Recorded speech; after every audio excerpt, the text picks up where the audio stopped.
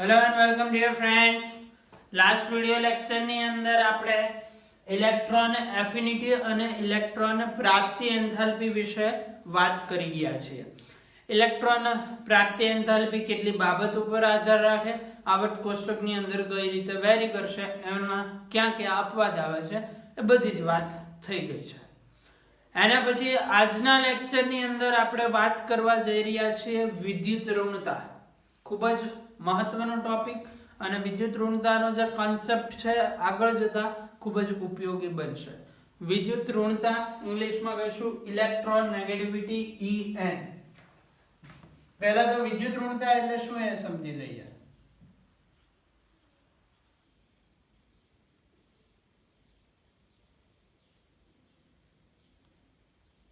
વિદ્યુત ઋણતા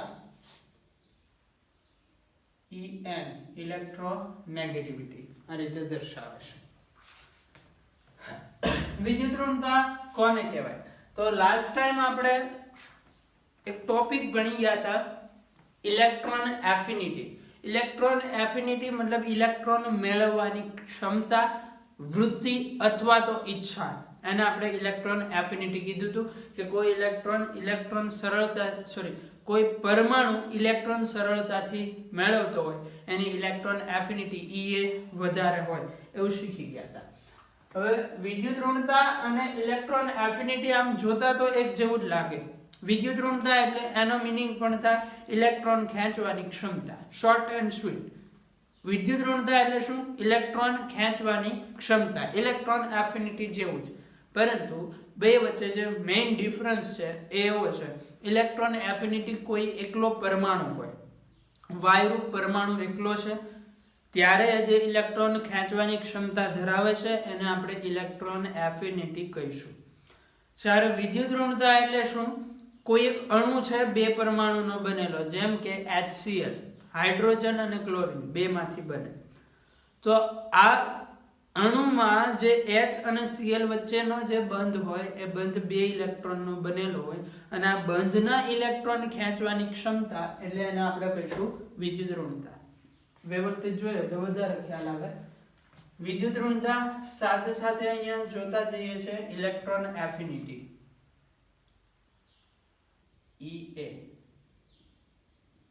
મતલબ ઇલેક્ટ્રોન બંધુતા કે ઇલેક્ટ્રોન એફિનિટી.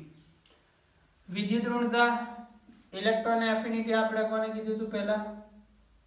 કોઈ એક આ પરમાણુ છે, પરમાણુની ઇલેક્ટ્રોન ખેંચવાની ક્ષમતા.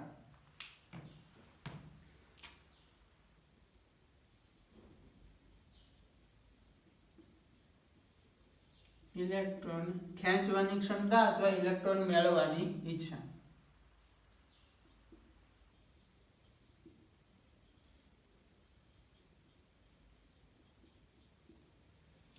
પરમાણુની ઇલેક્ટ્રોન ખેંચવાની ક્ષમતા એટલે એને કહેવાય ઇલેક્ટ્રોન એફિનિટી EA.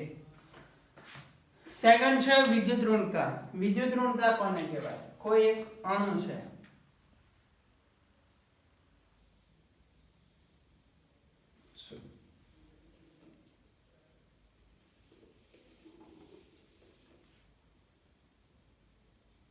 કોઈ એક પરમાણુ છે A, કોઈ એક પરમાણુ છે B, બંને જોડાય, આ બંનેનો એક એક ઇલેક્ટ્રોન આ બંને વચ્ચે બંધ બનેલો છે.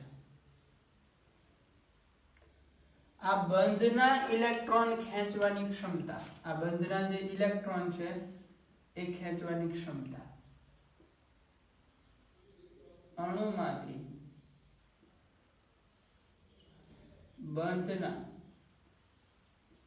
ઇલેક્ટ્રોન ખેંચવાની ક્ષમતા એને શું કહીશું? ઇલેક્ટ્રોનેગેટિવિટી. અહીંયા આપણે એકલો પરમાણુ A લીધેલો છે, અહીંયા આનો આ જ પરમાણુ A છે પરંતુ A નો B સાથે બંધ બનેલો છે અને અપોઝિટ દર્શાવી દઈએ. A નો B સાથે બંધ બનેલો છે. આ બંધના ઇલેક્ટ્રોન ખેંચવાની ક્ષમતા એટલે આને કહેવાય, અહીંયા જે ખેંચવાની ક્ષમતા છે એને પરમાણુ A માટે કહેવાય વિદ્યુત ઋણતા અને અહીંયા પરમાણુ A મૂળ સ્વરૂપે એકલો પરમાણુ છે, બહાર એક ઇલેક્ટ્રોન છે, આ ઇલેક્ટ્રોન ખેંચવાની ક્ષમતા એટલે એને કહેવાય ઇલેક્ટ્રોન એફિનિટી. બંને અલગ અલગ વસ્તુ છે. આમ જોવા જાવ તો એક જેવું જ લાગે, પરંતુ થોડો ઘણો ડિફરન્સ છે. જ્યારે પરમાણુ એકલો હોય મૂળ સ્વરૂપની અંદર ત્યારે જે ઇલેક્ટ્રોન ખેંચે એને ઇલેક્ટ્રોન એફિનિટી કહીશું, અને અણુની અંદર હોય બંધમાંથી ઇલેક્ટ્રોન ખેંચવાની ક્ષમતા એટલે એને કહેવાય વિદ્યુત ઋણતા, ઇલેક્ટ્રોન નેગેટિવિટી. ઓકે, વાત સમજાય છે? જેમ કે આપણે એક એક્ઝામ્પલ લઈને વાતને સમજીએ. એક્ઝામ્પલ છે આપણી પાસે ક્લોરીન. ક્લોરીન જ્યારે એકલો પરમાણુ હોય Cl,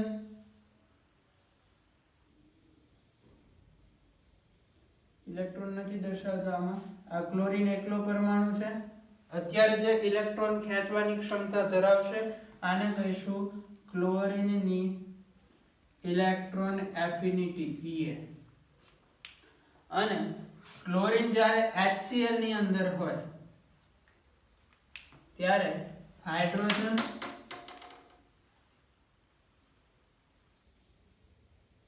અને ક્લોરીન વચ્ચે બંધ બનેલો હોય. આ બંધના ઇલેક્ટ્રોન ખેંચવાની ક્ષમતા આને શું કહેવાય? ક્લોરીનની ઇલેક્ટ્રોનેગેટિવિટી, વિદ્યુત ઋણતા. ક્લોરીનની ઇલેક્ટ્રોન નેગેટિવિટી, વિદ્યુત ઋણતા. તો આ રીતે વિદ્યુત ઋણતા અને ઇલેક્ટ્રોન એફિનિટી એક જ જેવું છે, થોડો ઘણો માઇનર ડિફરન્સ છે. હવે નેક્સ્ટ જે ફેક્ટર આપણે ભણવાનું છે એ છે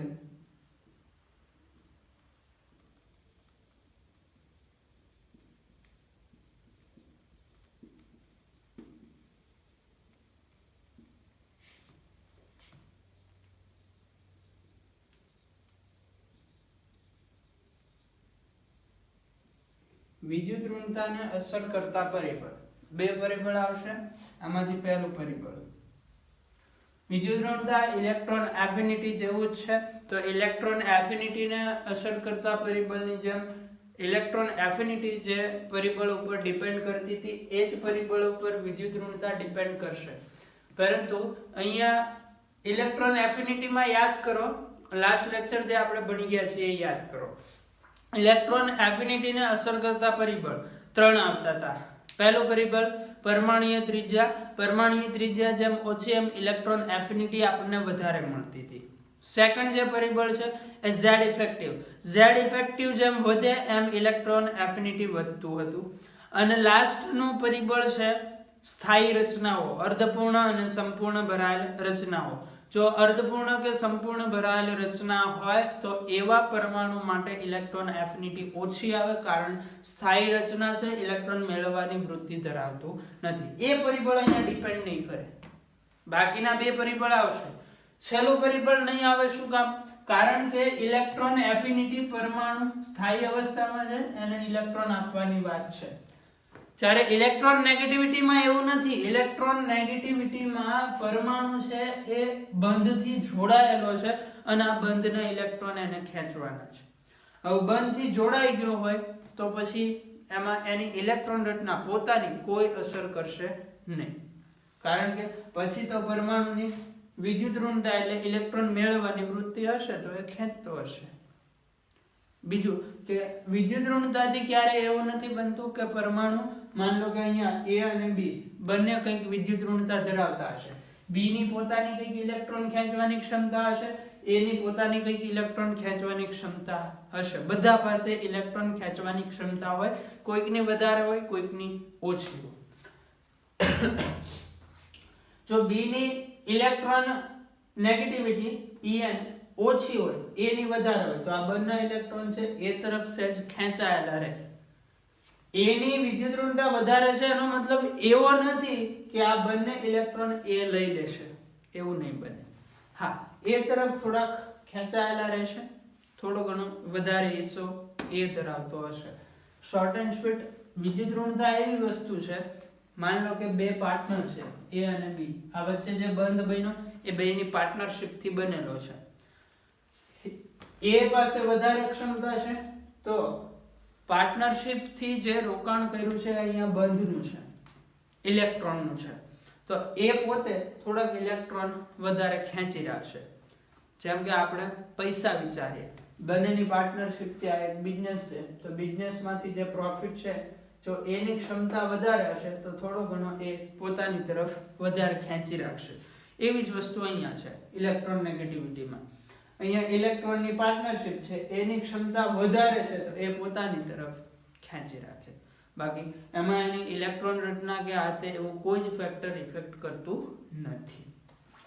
તો વિદ્યુત ઋણતાને અસર કરતા પરિબળ બે આવશે. પહેલું પરિબળ પરમાણુય ત્રિજ્યા.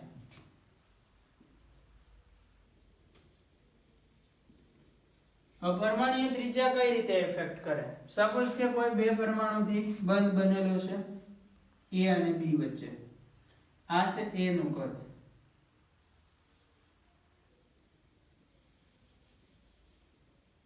આ છે એનું કેન્દ્ર અને આ છે A નું કદ. અહીંયા B છે, આ B નું કેન્દ્ર અને આ B નું કદ. તો તમે જોઈને જ કહી શકશો A નું કદ નાનું છે, B નું કદ મોટું છે. તો આ જે બંધના ઇલેક્ટ્રોન છે A ની ત્રિજ્યા ઓછી છે, B ની ત્રિજ્યા વધારે છે. અહીંયા ત્રિજ્યા ઓછી છે, અહીંયા ત્રિજ્યા વધારે છે, જોઈને જ કહી શકાય. તો આ જે બંધના ઇલેક્ટ્રોન છે એ કોના કેન્દ્રની વધારે નજીક હોય? A ના કેન્દ્રની કે B ના કેન્દ્રની? ઓબ્વિયસ વસ્તુ છે, જોઈને જ કહી શકાય A ના કેન્દ્રની વધારે નજીક હશે.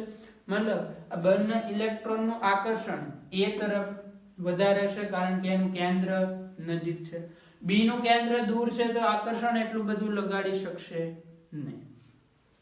તો સેમ વસ્તુ અહીંયા આપણે આના ઉપરથી કહી શકીએ, જેમ પરમાણુય ત્રિજ્યા વધુ, R વધુ, એમ શું થશે? ઇલેક્ટ્રોનનું અંતર વધી જશે, ઇલેક્ટ્રોન સુધીનું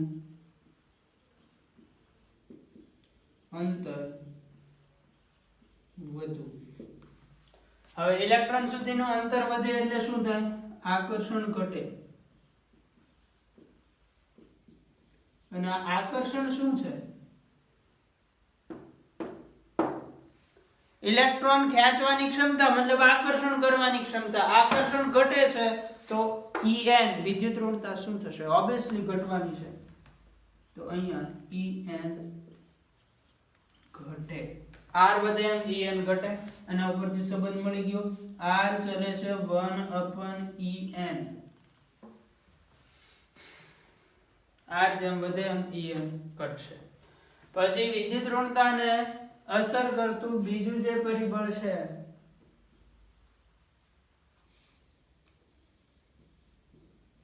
એ છે Z ઇફેક્ટિવ.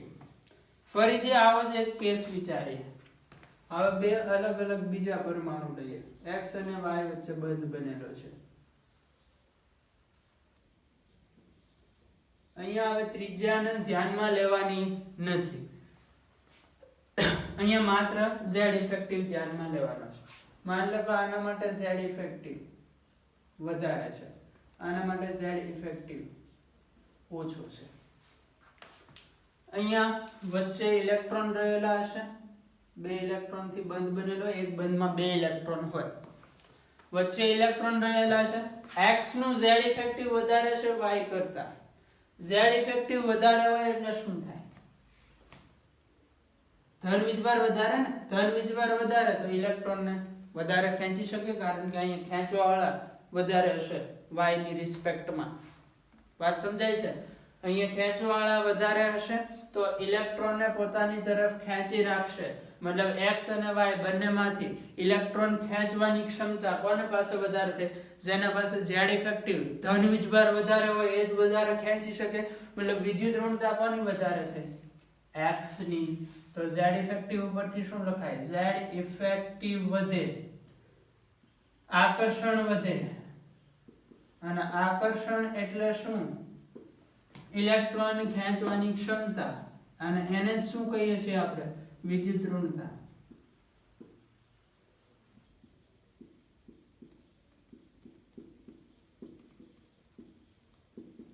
વધે. ઓકે, તો વિદ્યુત ઋણતાને અસર કરતા બે પરિબળ, એક છે પરમાણુય ત્રિજ્યા વચ્ચે અંતર વધી જશે, અંતર વધી જાય તો આકર્ષણ ઘટે એટલે En ઘટે, z ઇફેક્ટિવ વધે, આકર્ષણ વધી જશે, આકર્ષણ વધશે એમ વિદ્યુત ઋણતા વધશે. અહીંયા ઇલેક્ટ્રોન આ તરફ ખેંચાયેલા રહે, અહીંયા ઇલેક્ટ્રોન આ તરફ ખેંચાયેલા રહે. વિદ્યુત ઋણતા એટલે શું? આપણે કોને વિદ્યુત ઋણતા કીધી? તો અણુના બંધમાંથી ઇલેક્ટ્રોન ખેંચવાની ક્ષમતા એને વિદ્યુત ઋણતા કહેવાય. ઇલેક્ટ્રોન એફિનિટી એટલે જ્યારે પરમાણુ એકલો હોય ત્યારે એની ઇલેક્ટ્રોન ખેંચવાની ક્ષમતા, અને ઇલેક્ટ્રોન નેગેટિવિટી એટલે પરમાણુ બંધથી જોડાયેલો હોય ત્યારે એની ઇલેક્ટ્રોન ખેંચવાની ક્ષમતા. ઝડપથી નોટ ડાઉન કરો, ત્યાર પછી આગળ જોઈએ.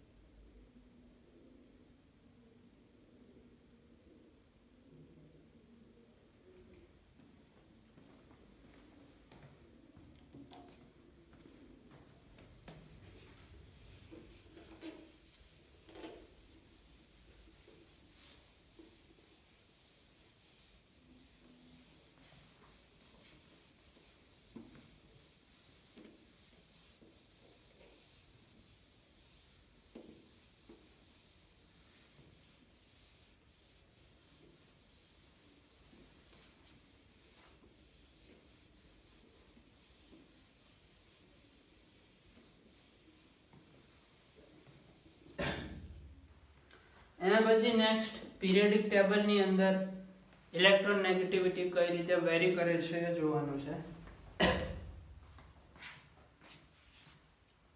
એટલે ઇલેક્ટ્રોન નેગેટિવિટી વિદ્યુત ઋણતાની આવર્તનીયતા.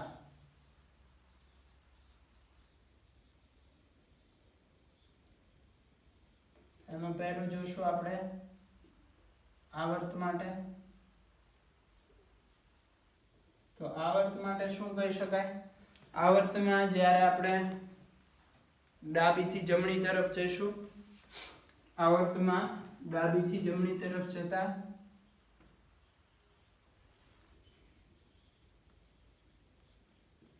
આવર્તની અંદર ડાબીથી જમણી તરફ જઈએ એમ શું થશે? પરમાણુય ત્રિજ્યા ઘટવાની છે. પરમાણુય ત્રિજ્યા ઘટે, વિદ્યુત ઋણતા વધે. સિમ્પલ, હમણાં જોઈ ગયા ને, પરમાણુય ત્રિજ્યા જેમ ઘટે એમ બંધના જે ઇલેક્ટ્રોન હોય એનું કેન્દ્રથી અંતર ઓછું થઈ જાય. કેન્દ્રથી અંતર ઓછું થઈ જાય, આકર્ષવાની ક્ષમતા વધી જાય, વિદ્યુત ઋણતા વધી જાય. પછી બીજું જે ફેક્ટર ઇફેક્ટ કરવાનું છે આવર્ત માટે તો થઈ ગયું. પછી બીજું જે આપણે જોવાનું છે એ છે સમૂહ માટે.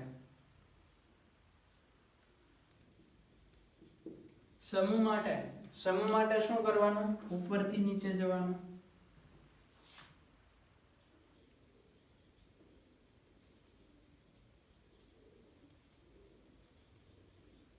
ટોપ ટુ બોટમ, ઉપરથી નીચે જાઓ. આમ શું થશે? સમૂહ માટે જ્યારે ઉપરથી નીચે જવામાં આવે ત્યારે ત્રિજ્યા વધશે ને. સમૂહમાં ઉપરથી નીચે જાવ ત્રિજ્યા વધે. ત્રિજ્યા તો આપણે લગભગ જેટલું ભણ્યા ને બધાની અંદર આવે છે, તો એ તો યાદ જ હોવું જોઈએ. આવર્તમાં ડાબીથી જમણી તરફ જાવ, ઝેડ ઇફેક્ટિવ વધે. ઝેડ ઇફેક્ટિવ વધે એટલે બહારનો જે ઇલેક્ટ્રોન હોય એનું કેન્દ્રથી આકર્ષણ વધી જાય, નજીક નજીક આવી જાય, ત્રિજ્યા ઘટે. સમૂહમાં જ્યારે ઉપરથી નીચે જઈએ ને એટલે નવી કક્ષા એડ થાય. નવી કક્ષા એડ થાય ને એના લીધે કેન્દ્રથી બાહ્યતમ ઇલેક્ટ્રોનનું આકર્ષણ ઘટી જાય, કારણ કે અંતર વધશે ને. અંતર વધે એનો મતલબ જ શું છે? પરમાણુ ત્રિજ્યા વધે છે. અને ત્રિજ્યા ચલે છે 1/En, એટલે જો ત્રિજ્યા વધતી હોય તો En શું થાય? ઘટે. એટલે જ્યારે આવર્તમાં ડાબીથી જમણી તરફ જાવ વિદ્યુત ઋણતા વધશે, સમૂહમાં ઉપરથી નીચે આવો વિદ્યુત ઋણતા ઘટશે. આવર્તમાં ડાબીથી જમણી તરફ જઈએ એવું એક એક્ઝામ્પલ લઈએ. એક્ઝામ્પલ માટે આપણી પાસે છે બોરોન, કાર્બન, નાઇટ્રોજન. અને વિદ્યુત ઋણતાના ચડતા ક્રમમાં ગોઠવવાશે. ડાબીથી જમણી તરફ જાવ વિદ્યુત ઋણતા વધે એટલે આમ વધશે. તો વિદ્યુત ઋણતા સૌથી ઓછી બોરોનની, એનાથી વધારે કાર્બન, એનાથી વધારે નાઇટ્રોજન. અહીંયા જે આયનીકરણ એન્થાલ્પી, ઇલેક્ટ્રોન પ્રાપ્તિ એન્થાલ્પીમાં નાઇટ્રોજન, ઓક્સિજનમાં, પછી બેરેલિયમમાં જે અપવાદ આવતો હતો એ અપવાદ વિદ્યુત ઋણતામાં નહીં આવે, કારણ આયનીકરણ એન્થાલ્પી અને ઇલેક્ટ્રોન પ્રાપ્તિ એન્થાલ્પી બંનેમાં એક ફેક્ટર અસર કરતું હતું, એ હતું અર્ધપૂર્ણ કે સંપૂર્ણ ભરાયેલ ઇલેક્ટ્રોન રચના. આપણે હમણાં જ કહી દીધું કે વિદ્યુત ઋણતામાં એ ફેક્ટર અસર કરશે નહીં. એટલે નાઇટ્રોજન, ઓક્સિજન, આમાં કદાચ હજી હું ઓક્સિજન આપી દઉં તો અહીંયા કોઈ જ અપવાદ નહીં આવે. ઓક્સિજનની વિદ્યુત ઋણતા નાઇટ્રોજન કરતા વધારે હશે. ચલો હવે સમૂહમાં ઉપરથી નીચે જઈએ એવું એક્ઝામ્પલ.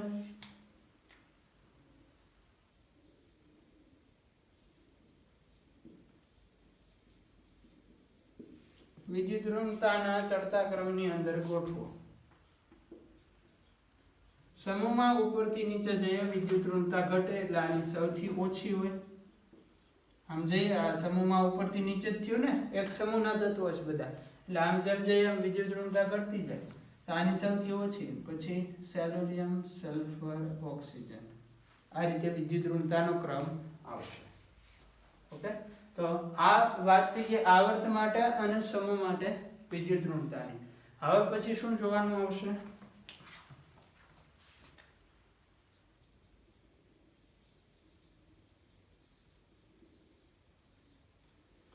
અપવાદ. એની અંદર પહેલો અપવાદ છે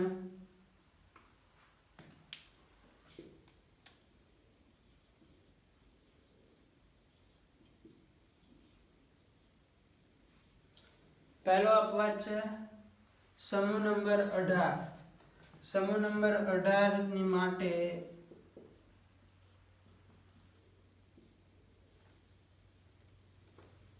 સમૂહ નંબર 18 માટે આપણે વિદ્યુત ઋણતા કેટલી લઈશું? 0. આ યાદ રાખવાનું. સમૂહ નંબર 18 સિવાય કોઈ પણ તત્વની વિદ્યુત ઋણતા 0 નથી. દરેક તત્વ પાસે કંઈક વિદ્યુત ઋણતા હોય, ચાહે ઓછી વધારે પણ હોય છે. ઇલેક્ટ્રોન ખેંચવાની ક્ષમતા દરેક તત્વ ધરાવે છે, સિવાય કે સમૂહ નંબર 18 માટે આપણે 0 લઈએ છીએ. પછી અપવાદ નંબર 2.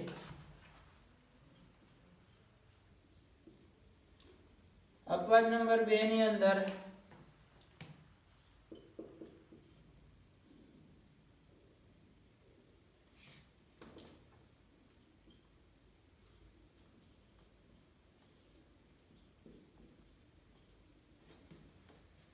Gallium, aluminium. આપણે એવું કીધું કે જ્યારે સમૂહમાં ઉપરથી નીચે જવામાં આવે એમ વિદ્યુત ઋણતા શું થાય? ઘટે. સમૂહ નંબર 13.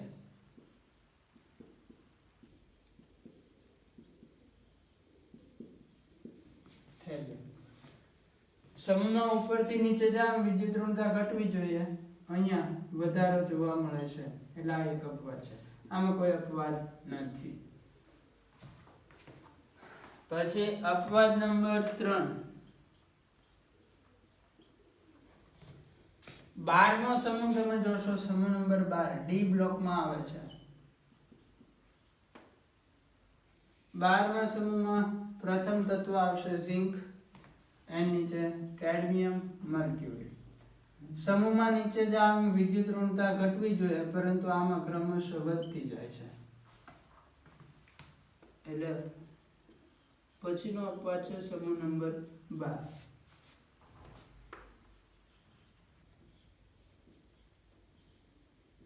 હોવું જોઈતું તો આનાથી ઊંધું, પરંતુ થાય છે ઊંધું. આ એક અપવાદ છે. એટલે આ 3 અપવાદ છે. પછી ચોથો અપવાદ સમૂહ નંબર 1. સમૂહ નંબર 1 ના તત્વો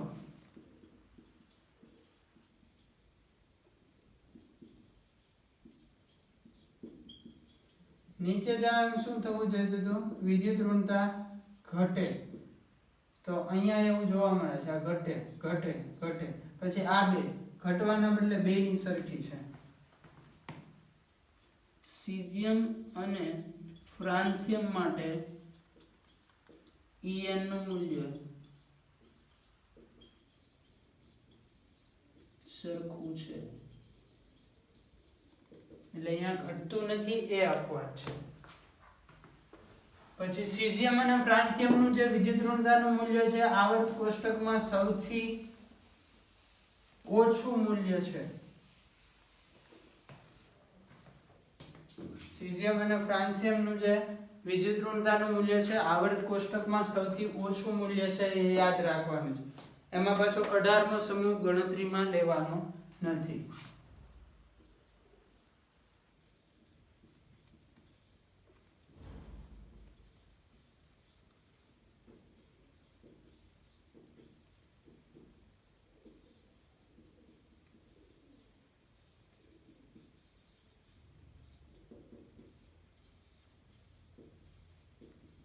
સીઝિયમ અને ફ્રાન્સિયમ આવર્ત કોષ્ટકમાં સૌથી ઓછી વિદ્યુત ઋણતા ધરાવે છે. આ એક યાદ રાખવાનું. પછી બીજું આપણે કમ્પેરિઝન કરવાની છે. આ અપવાદ નથી, ખાલી કમ્પેરિઝન છે. અપવાદ નથી. અપવાદ અહીં સુધી પૂરા થઈ ગયા. આ 4 અપવાદ. હવે આ ખાલી કમ્પેરિઝન છે ફ્લોરિન અને ક્લોરિનની. ફ્લોરિન અને ક્લોરિન માટે તમે વાત કરતા હોય ઇલેક્ટ્રોન એફિનિટી, તો ઇલેક્ટ્રોન એફિનિટી ક્લોરિન ની વધારે છે ફ્લોરિન કરતા. એનું રીઝન શું છે?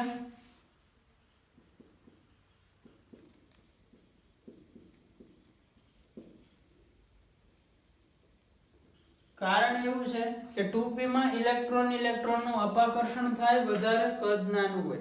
3p માટે ઇલેક્ટ્રોન એફિનિટી આપણે વધારે આપતા હતા એટલે. પરંતુ વિદ્યુત ઋણતામાં આવું જોવા મળતું નથી. વિદ્યુત ઋણતા એમાં ફ્લોરિન વધારે ક્લોરિન કરતા. ઇનફેક્ટ ફ્લોરિન છે, યાદ રાખશું, ફ્લોરિન આવર્ત કોષ્ટકનું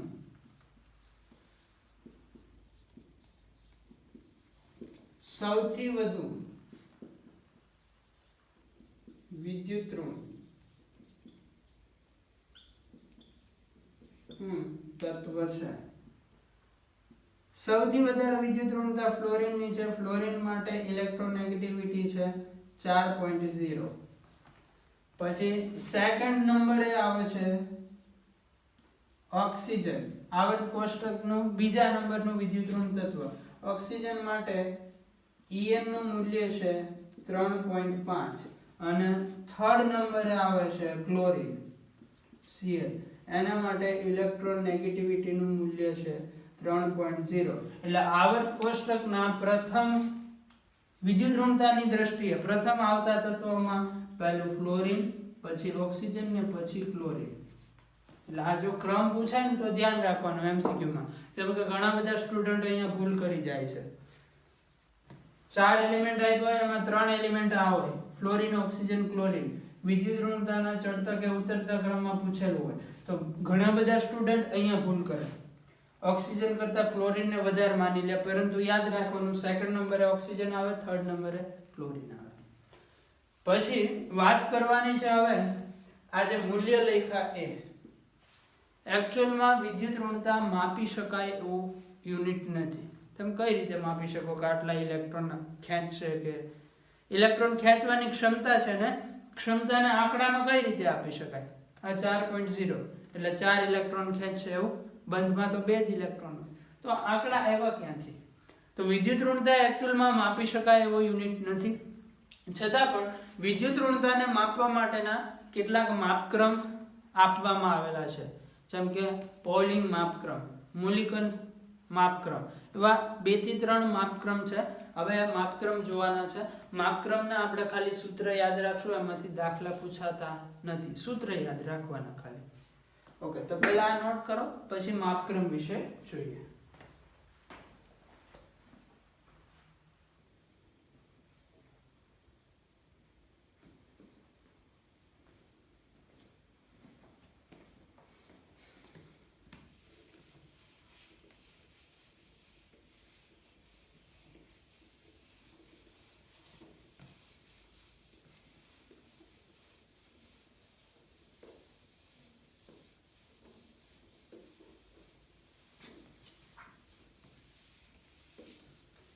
વિદ્યુત ઋણતાના ઉપયોગો ઘણા બધા છે. વિદ્યુત ઋણતાના ઉપયોગમાં એક પર્સન્ટેજ એસ કેરેક્ટર આવે છે, પછી ધાત્વીય ગુણધર્મ, એ સિવાયના પણ ઘણા બધા વિદ્યુત ઋણતાના ઉપયોગો છે, પરંતુ આપણે આ ચેપ્ટરની અંદર એ ડિસ્કસ નહીં કરીએ. ઘણી બધી તમે રેફરન્સ બુક જોશો તો એની અંદર કે મોસ્ટ ઓફલી જગ્યાએ આ ચેપ્ટરની અંદર વિદ્યુત ઋણતાના ઉપયોગો ડિસ્કસ કરેલા છે. એવું જ ઇલેક્ટ્રોન પ્રાપ્તિ એન્થાલ્પીના ઉપયોગ, આયનીકરણ એન્થાલ્પીના ઉપયોગ, દરેકના ઉપયોગ આ ચેપ્ટરની અંદર ડિસ્કસ કરેલા હશે, પરંતુ આપણે હાલ પૂરતા એને ડિસ્કસ નથી કરતા.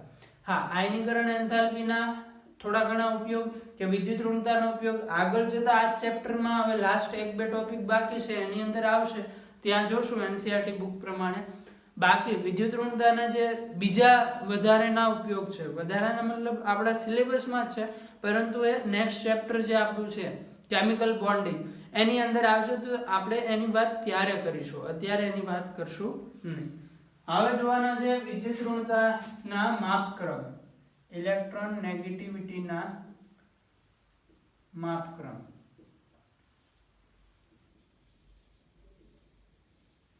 એમાં પહેલો માપક્રમ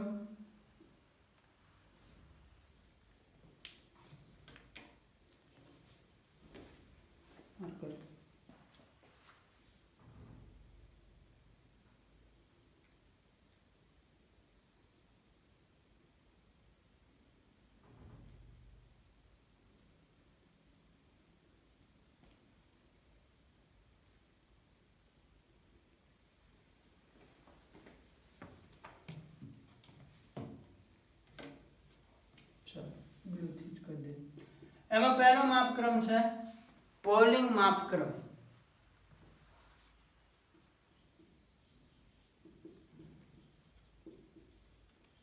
આના માટેનું સૂત્ર છે, આ બધા જ સૂત્ર કોઈ A અને B બે પરમાણુ એકબીજા સાથે જોડાયેલા છે એના માટેનું છે. તો સૂત્ર આવશે XA - XB બરાબર 0.102 √ ડેલ્ટા AB. હવે આનું દરેક ટર્મ શું છે બીજો, આ સૂત્ર ત્યારે યુઝ થશે જ્યારે એનર્જી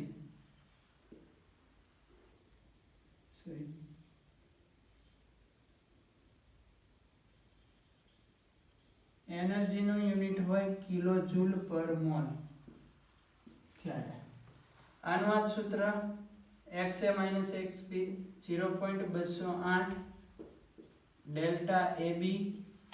આ સૂત્ર ત્યારે યુઝ થશે જ્યારે એનર્જીનો એકમ હોય કિલો કેલરી પર મોલ.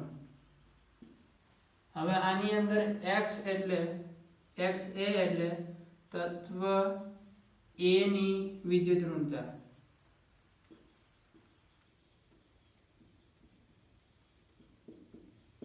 પછી XB એટલે તત્વ B ની વિદ્યુત ઋણતા, ડેલ્ટા AB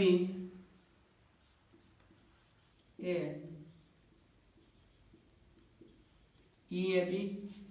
EAB શું છે? AB બંધની બંધ ઉર્જા પ્રેક્ટિકલ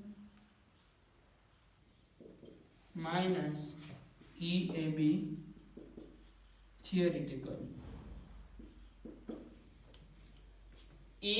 AB ની બંધ ઉર્જા મતલબ A અને B વચ્ચે જે બંધ બને છે એ બંધ બનવા માટે કે બંધને તોડવા માટે કેટલી ઉર્જાની જરૂર પડે અને બંધ ઉર્જા કહેવાય.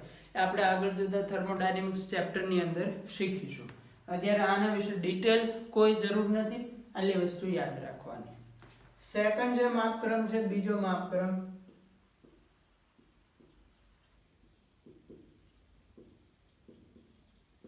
મૂલિકન માપક્રમ. એના માટે સૂત્ર છે x a બરાબર કોઈ એક પરમાણુની વિદ્યુત ઋણતા બરાબર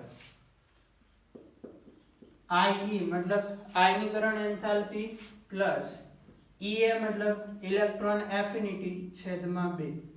આ શું છે? તત્વ A ની વિદ્યુત ઋણતા પછી IE શું છે? આયનીકરણ એન્થાલ્પી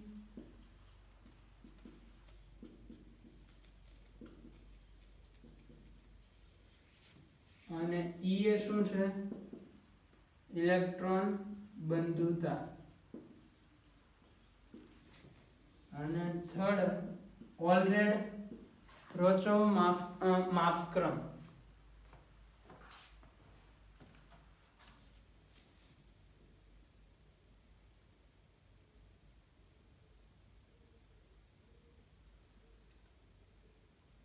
થર્ડ જે છે ઓલરેડ-રોચોવ માપક્રમ.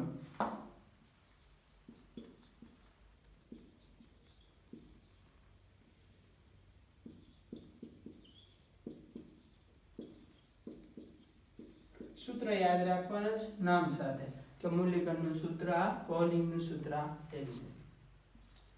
આમાં x એ બરાબર 0.359 z ઇફેક્ટિવ છેદમાં r સ્ક્વેર પ્લસ 0.744. x છે તો ખબર પડી ગઈ, તત્વ A ની ઇલેક્ટ્રોનેગેટિવિટી વિદ્યુત ઋણતા, z ઇફેક્ટિવ અસરકારક ધન વીજભાર,